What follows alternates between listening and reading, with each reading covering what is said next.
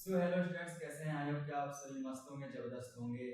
तो हम लोग का फर्स्ट चैप्टर जय प्रक्रम लाइफ प्रोसेस हम लोग का चैप्टर समाप्त हो चुका है। आई होप कि फर्स्ट चैप्टर आप लोगों को समझ में आया होगा। नहीं समझ में आया कोई बात नहीं है, आप लोग उस वीडियो को रिपीट करके देख सकते हैं, तो आई नो कि आपको समझ में आ जाएगा। तो आज की वीडियो में हम लोग सेकेंड चैप्टर स्टार्ट करने वाले हैं। तो काफी स्टूडेंट का दिक्कत ये होता है ना कि कोई भी टीचर ऑनलाइन पढ़ाते हैं तो उन लोगों को थोड़ा दिक्कत होता है कि मतलब क्या बोलते हैं, कंफ्यूजन होता है उन लोग को कि जो टीचर्स है वो कैसे पढ़ाते होंगे, कहाँ से नोट्स बनाते होंगे, पता नहीं कि एग्जाम में उनका क्वेश्चन लड़ेगा या नहीं लड़ेगा। तो उसको देखते हुए हम आज से डिसाइड किया है कि आप लोग को हम बुक से ही पढ़ाएंगे। स्कूल में भी आप पढ़े होंगे या ऑफलाइन भी कोचिंग करते होंगे तो बुक से ही पढ़ते होंगे। तो आज से हम सोचे हैं, डिसाइड भी कर लिया है कि आप लोग को जितना भी हम पढ़ाएंगे, आप लोग को लाइव हो या ऑफलाइन सॉरी वीडियो के थ्रू हो, आपको हम बुक से पढ़ाएंगे। ठीक है, बुक में जैसे डिफिनेशन दिया होगा वैसे पढ़ाया जाएगा, बट उसमें थोड़ा चेंजेस होगा। जैसे बुक में अगर लॉन्ग अगर डिफिनेशन दिया होगा तो हम लोग उसको शॉर्ट में बनाएंगे। ठीक है, अब बुक में जो जो क्वेश्चन दिया होगा उसको भी सॉल्व किया जाएगा। साथ ही साथ पहला चैप्टर हमारा कंप्लीट है। पहला चैप्टर का जितना भी ऑब्जेक्टिव और सब्जेक्टिव क्वेश्चन है उसका एक नेक्स्ट वीडियो में पूरा कंप्लीटली वीडियो उसका तैयार हो जाएगा। ठीक है, तो वहां से आप लोग पहले चैप्टर का पूरा ऑब्जेक्टिव वीवीआई और सब्जेक्टिव वीवीआई वहां से देख के आप लोग उसको सॉल्व कर सकते हो। तो चलिए आज का वीडियो हम लोग शुरू करते हैं। तो अगर वीडियो को पसंद आएगा तो प्लीज लाइक करना, रेडियो इंडिया से जुड़ने के लिए सब्सक्राइब कर लेना, कमेंट में जरूर बता देना वीडियो कैसा लगा, और साथ ही में आपको कौन सा टॉपिक समझ में नहीं आया वो भी कमेंट में बता देना। उस आपके कमेंट से हमको मालूम चलेगा कि आपको कौन सा टॉपिक समझ में नहीं आया, तो हो सकता है नेक्स्ट वीडियो में उसको अच्छी तरह से समझाया जा सके। ठीक है, चलिए वीडियो को स्टार्ट करते हैं बिना किसी देरी के। तो सेकंड चैप्टर का हम लोग का नाम है श्वसन। क्या नाम है? श्वसन। अच्छा, श्वसन नाम से हम लोग कुछ मालूम चलता है? श्वसन का मतलब क्या होता है? आदमी जिंदा रहता है तो हम लोग कैसे पता करते हैं कि आदमी ये मर गया या जिंदा है? ऑब्वियसली हम लोग क्या करते हैं, नाक पे हम लोग अपना फिंगर रखते हैं। क्यों रखते हैं? तो फील करते हैं कि वो आदमी सांस ले रहा है या नहीं ले रहा है। करते हैं कि नहीं है?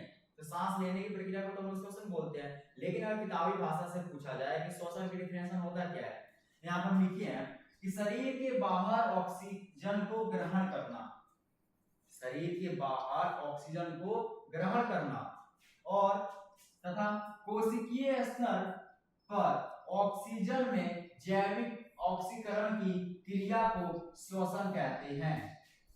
अब श्वसन तो कहते हैं, इसको तो मालूम चली गया कि किसको श्वसन कहते हैं, लेकिन श्वसन दो परिस्थितियों से होता है। अब यहां से हम लोग बुक से पढ़ेंगे, तो बुक में आप लोग का डिफिनेशन दिया है। अगर बुक की बात की जाए तो बुक में आप लोग का डिफिनेशन दिया है श्वसन का, लेकिन बहुत ज्यादा लंबा दिया है। अगर इतना लंबा अगर आप लोगों को लिखवा दिया जाए तो आई होप कि आप सभी को समझ में नहीं आएगा। मतलब समझ में तो आ जाएगा लेकिन याद जल्दी नहीं होगा। लेकिन ये ऐसा डिफिनेशन है ना श्वसन का, जो कि 1 से 2 लाइन का है। इजीली आप इसको याद भी कर सकते हो, समझ भी सकते हो।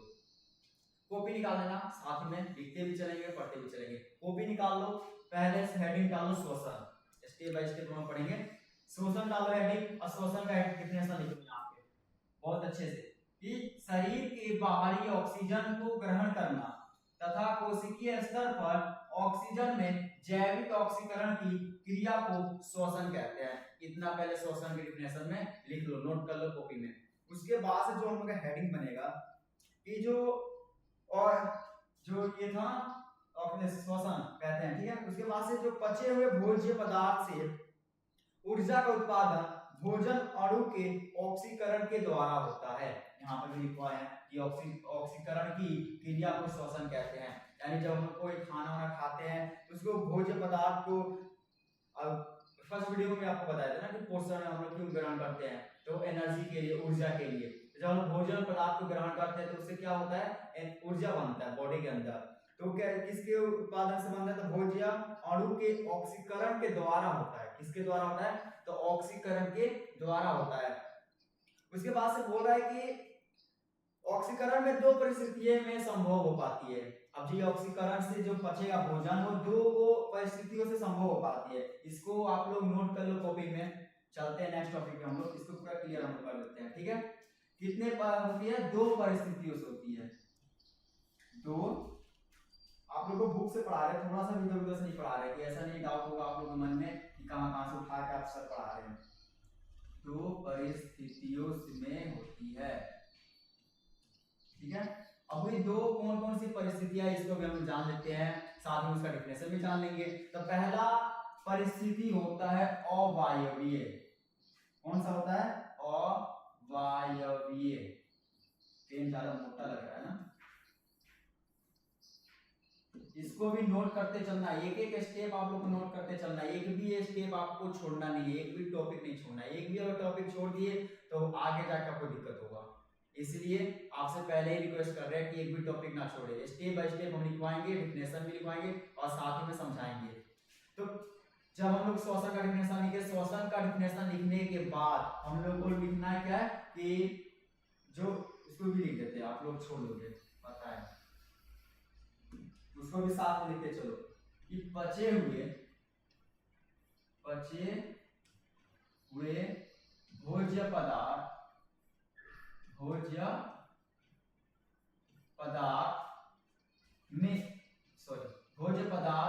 से ऊर्जा का उत्पादन, इसका ऊर्जा यानी एनर्जी, ऊर्जा का उत्पादन, ऊर्जा का उत्पादन भोज्य अणु लिखना, क्या लिखोगे? भोज्य अणु के ऑक्सीकरण, अभी लिखवाए भी थे, के ऑक्सीकरण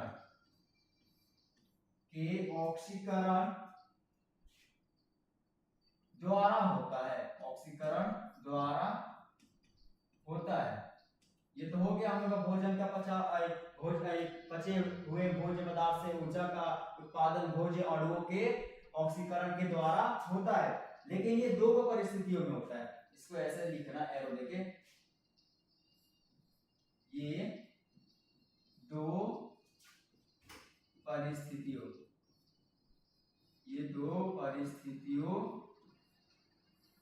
के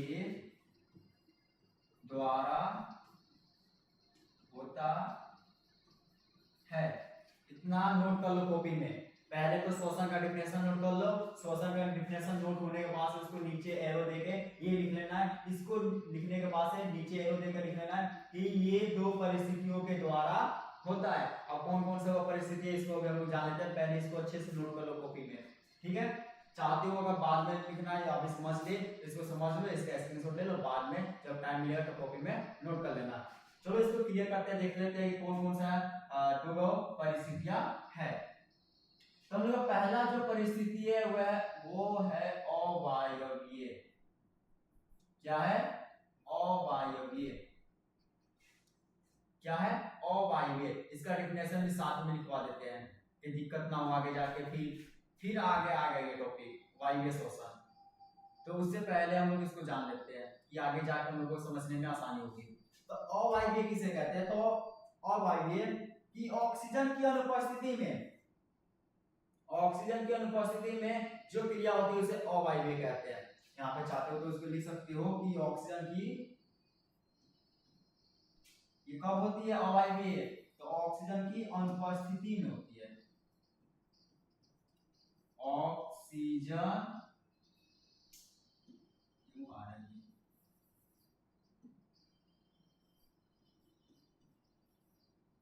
ऑक्सीजन के अनुपस्थिति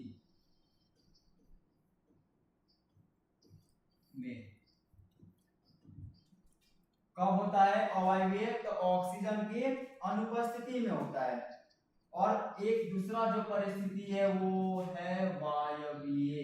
कौन सा दूसरा परिस्थिति? वायवीय। ये ऑक्सीजन का जस्ट इसका ऑपोजिट हो जाएगा। क्या होगा? इसका ऑपोजिट हो जाएगा, यानी कि ऑक्सीजन के उपस्थिति में क्या हो जाएगा? ऑक्सीजन के उपस्थिति में। इसको भी नोट कर लेना कि अवायवीय कब होता है? तो ऑक्सीजन की अनुपस्थिति का मतलब होता है वहां पे ऑक्सीजन नहीं होगा। और वायवीय कब होता है? तो ऑक्सीजन के उपस्थिति में, जब वायवीय शोषण होगा यानी कि वहां पे ऑक्सीजन उपस्थित रहेगा। ठीक है, आई होप ये टॉपिक आपको समझ में आ गया होगा, इसको नोट भी कर लेना। उसके बाद से हम लोग को पढ़ना है, इसमें दिया है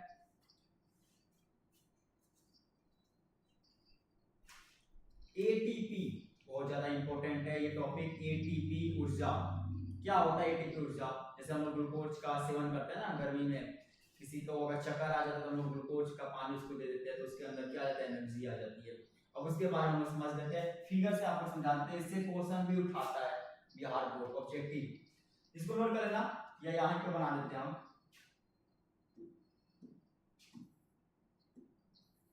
ठीक है, तो यहाँ पे है ग्लूकोज। ग्लूकोज क्या है? ग्लूकोज। ग्लूकोज जो है कोशिका द्रव्य में होती है। हाँ, कोशिका द्रव्य, कोशिका द्रव। ये आप लोगों को बुक में भी दिया है, ऐसा डायग्राम दिया हुआ है, आप उसको बना सकते हो। इसको पहले यहाँ से इरेज करते हैं, ज्यादा बड़ा हो गया है।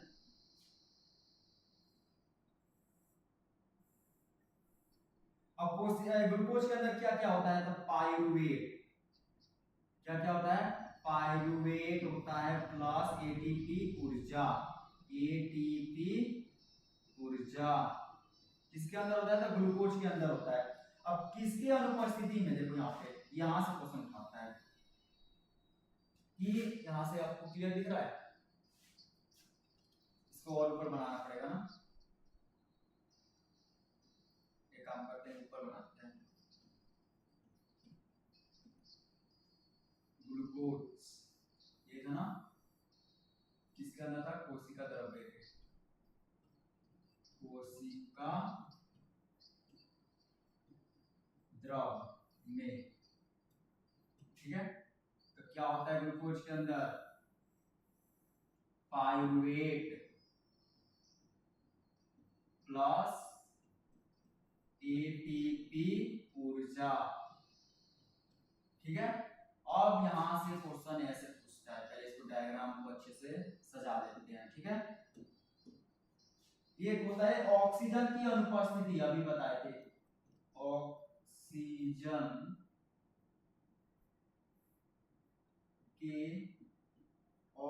के अनुपस्थिति में,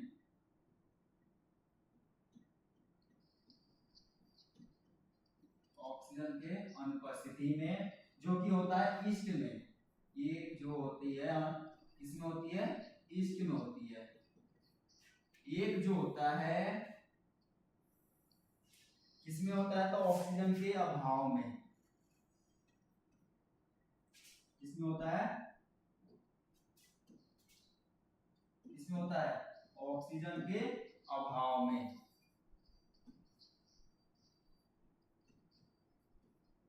ऑक्सीजन के अभाव में ये किसमें होता है? तो पेशी कोशिकीय में होता है। पेशी कोशिकीय, कोशिका को इंग्लिश में क्या बोलते हैं? कोशिकीय, सेल बोलते हैं। उसके बाद से होता है ऑक्सीजन के उपस्थिति, ऑक्सीजन के उपस्थिति किसमें होता है? ये तो माइटोकॉन्ड्रिया में।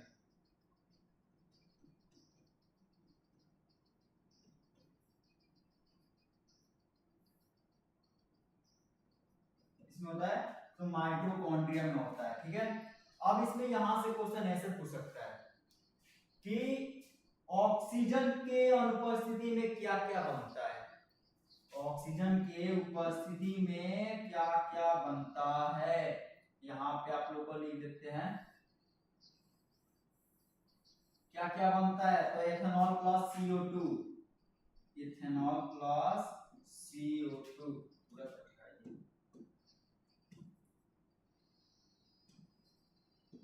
इथेनॉल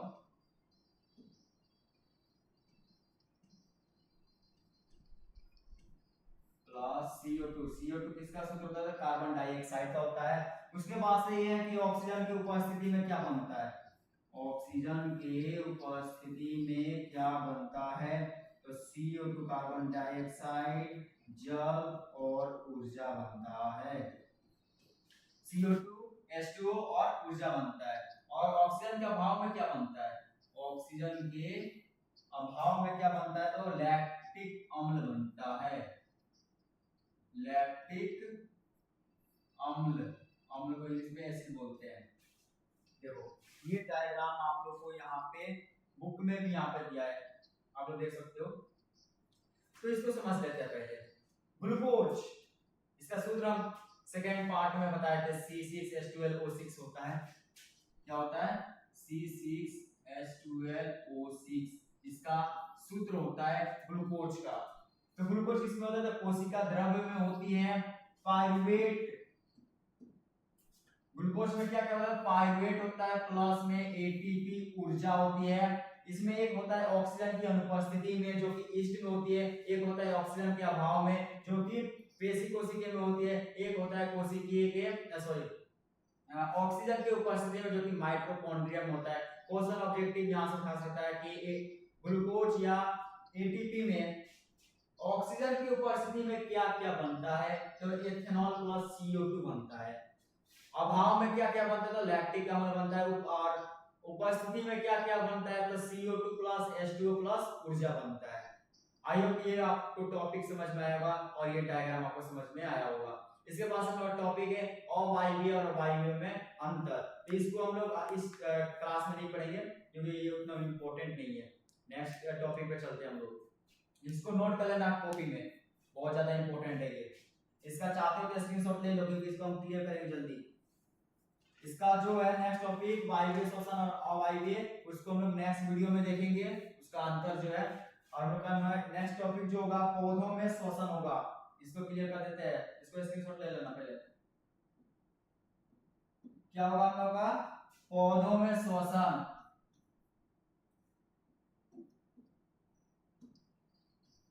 पौधों में श्वसन,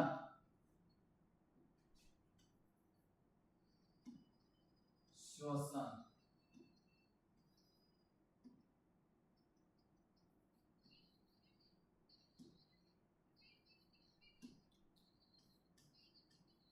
पौधों में श्वसन। चलो इसको हेडिंग में डाल दो, पौधों में श्वसन को हेडिंग में डाल दो। इसको भी आप विस्तार से समझ लेते हैं क्या बोलना चाह रहा है पौधों में श्वसन। तो पौधों में श्वसन गैसों पदार्थों का शरीर की सतह द्वारा विसरण क्रिया से होता है। इसके लिए ऑक्सीजन युक्त वायु वायुमंडल से पत्तियों के रंध्र, पुराने वृक्ष के तने की कड़ी त्वचा पर स्थित वात रंध्रों एवं कोशिक अंतर कोशिकीय स्थानों द्वारा पौधों में प्रवेश करती है।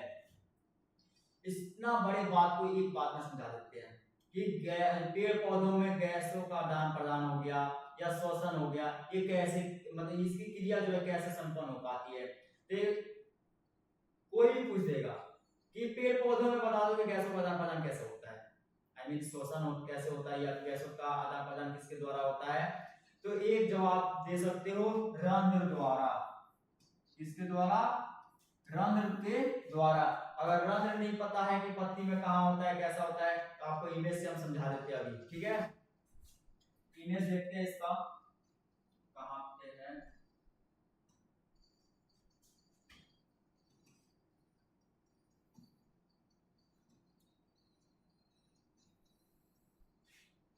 इसका बैकग्राउंड से आपको क्लियर नहीं दिख रहा होगा, इसका बैकग्राउंड अभी चेंज कर देते हैं।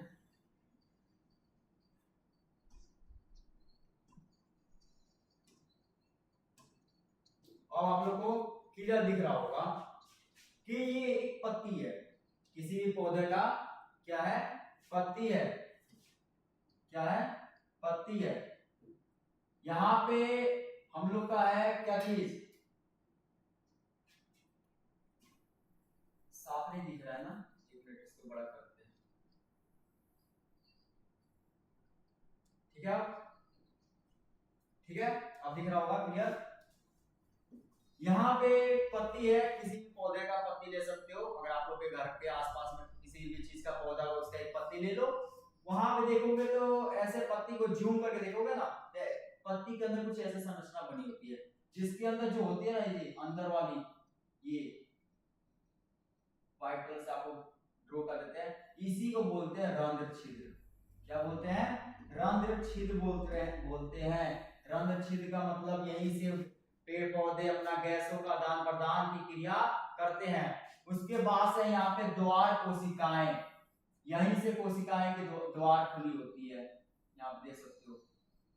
उसके बाद से कि हरित लवक, जो कि हरित लवक पेड़ पौधों में होता है, आप लोग मालूम होगा क्लोरोफिल हरित लवक को ही बोलते हैं, जिसके कारण पेड़ पौधे क्या होते हैं? हरे भरे रहते हैं। तो किसी भी पत्ती जो होता है, जैसे कि ये पत्ती हो गया, ऐसे ऐसे होता है ना, यहीं पे होता है ये रंध्र। इसी रंध्र के द्वारा पेड़ पौधे अपना श्वसन की क्रिया हो गया या गैसों का आदान प्रदान की क्रिया हो गया, ये यहीं से संपन्न करते हैं। अब ये आपको समझ में आ गया होगा, इसको चलते हैं क्लियर कर देते हैं। ठीक है,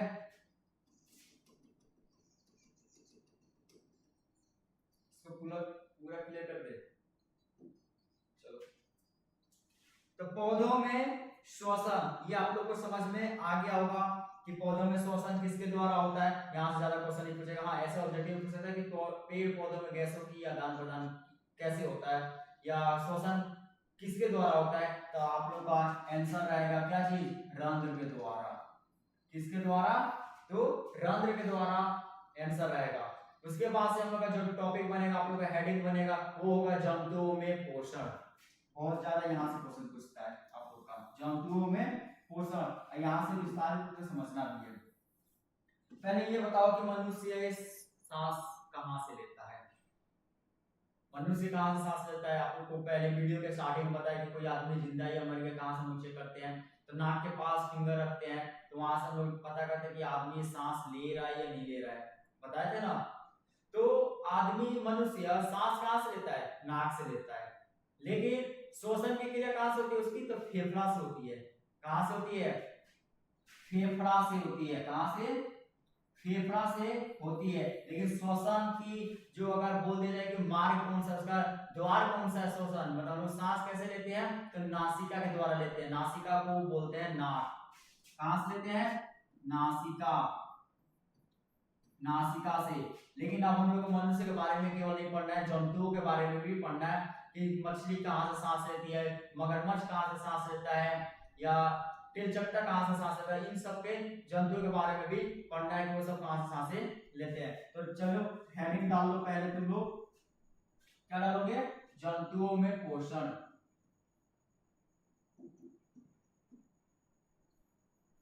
जंतुओं में पोषण, इसको हेडिंग में कर लो। अब इसको अच्छे से समझ लेते हैं कि जंतुओं में पोषण क्या ऐसे होता है। सॉरी, पोषण लिख दिए है ना। जंतुओं में गैसों का आदान प्रदान, जंतुओं में गैसों का आदान प्रदान, ये आप लोग का नेक्स्ट हेडिंग रहेगा। जैसे अभी हम लोग पढ़े कि पौधों में गैसों का आदान प्रदान और कैसे होता है, किसके द्वारा? तो रंध्र के द्वारा होता है। वैसे जंतुओं में पढ़ना है। हम आपको पहले ही बता दें कि जंतुओं में श्वसन किसके द्वारा कैसे होता है। मनुष्य के अंदर तो फेफड़ा से होता है, और कुछ जंतु है अभी आगे पढ़ेंगे उसके बारे में। ठीक है, तो जंतुओं में गैसों का आदान प्रदान, तो निम्न श्रेणी के जंतु जैसे कि एक कोशिकीय, अब यहाँ पे आप बात आ गई एक कोशिकीय जीव का।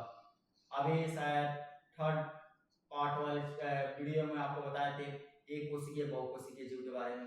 एक कोशिकीय जीव किसे कहते हैं? बहुकोशिकीय जीव किसे कहते हैं? समझ में नहीं आया होगा, फिर से बता देते हैं, उसमें भी बता देते हैं। अगर आपको समझ में नहीं आया तो आगे आपको पढ़ना भी है। तो एक कोशिकीय जीव उसे बोलते हैं जिस जीव का शरीर एक कोशिका से बना होता है, उसे एक कोशिकीय जीव कहते हैं। और जिस जीव का शरीर बहुत सारी कोशिकाओं से बना होता है, उसे बहुकोशिकीय कहते हैं। जैसे कि मनुष्य हो गया या कोई जंतु हो गया, उसका शरीर बहुत सारी कोशिकाओं से बना होता है, इसलिए वो, और हम लोग यानी मनुष्य बहुकोशिकीय होते हैं। और एक कोशिकीय का एग्जांपल भी आप लोगों को बताए थे, अमीबा हो गया, पैरामीशियम हो गया। वो ऐसे जीव है जिनका शरीर कितने कोशिकाओं से बना होता है? तो एक कोशिका से बना होता है। ठीक है, तो निम्न श्रेणी के जंतु जैसे कि एक कोशिकीय जीव, उदाहरण भी दिया इसमें, अमीबा पैरामीशियम में श्वसन गैसों का आदान प्रदान कोशिका झिल्ली विसरण द्वारा होता है। यानी कि अगर हेडिंग में डालो इसको, उसके बाद लिखना है कि क्या लिखना है जी कि निम्न श्रेणी के जंतु, जैसे कि हो गया हम लोग का एक कोशिकीय जीव, एक कोशिकीय जीव, ये इसको हेडिंग में कर लेना, इसके नीचे ऐसे एरो देके लिखना कि एक कोशिकीय जीव, एक कोशिकीय जीव, एक कोशिकीय जीव। जैसे कि उदाहरण भी लिख देते हैं, अमीबा हो गया, पैरामीशियम, एक और बताया था आपको, कमेंट में बताना उसको। पैरामीशियम में श्वसन की श्वसन गैसों का आदान प्रदान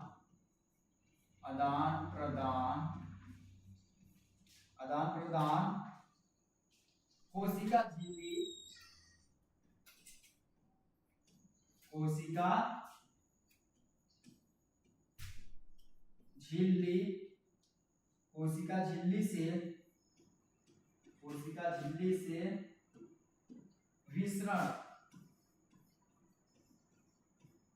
झिल्ली से विसरण द्वारा होता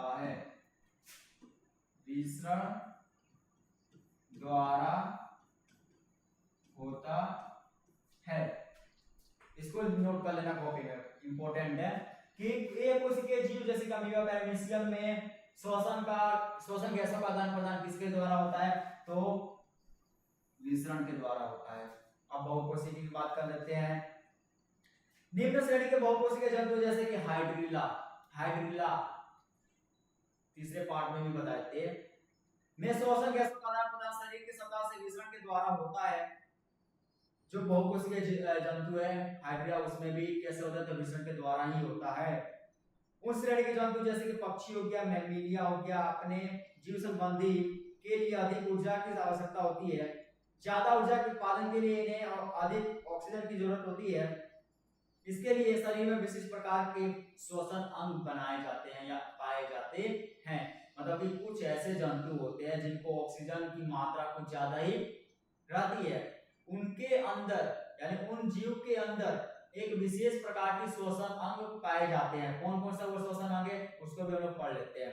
ये टॉपिक आप लोग नोट कर लेना कॉपी में, इसको हम क्लियर कर रहे हैं, ठीक है। तो कौन कौन सा वो श्वसन अंग है उसको हम लोग देख लेते हैं। तो हेडिंग में डालेंगे जंतुओं में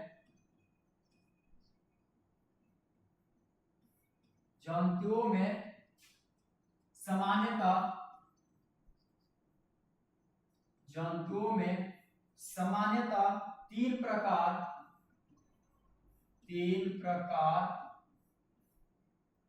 के श्वसन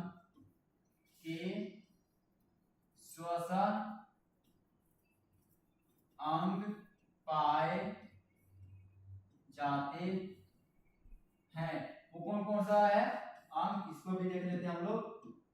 तो पहला जो हम लोग का अंग है, श्वसन अंग है, वो है श्वास नली या ट्रैकिया। श्वास नली या ट्रैकिया,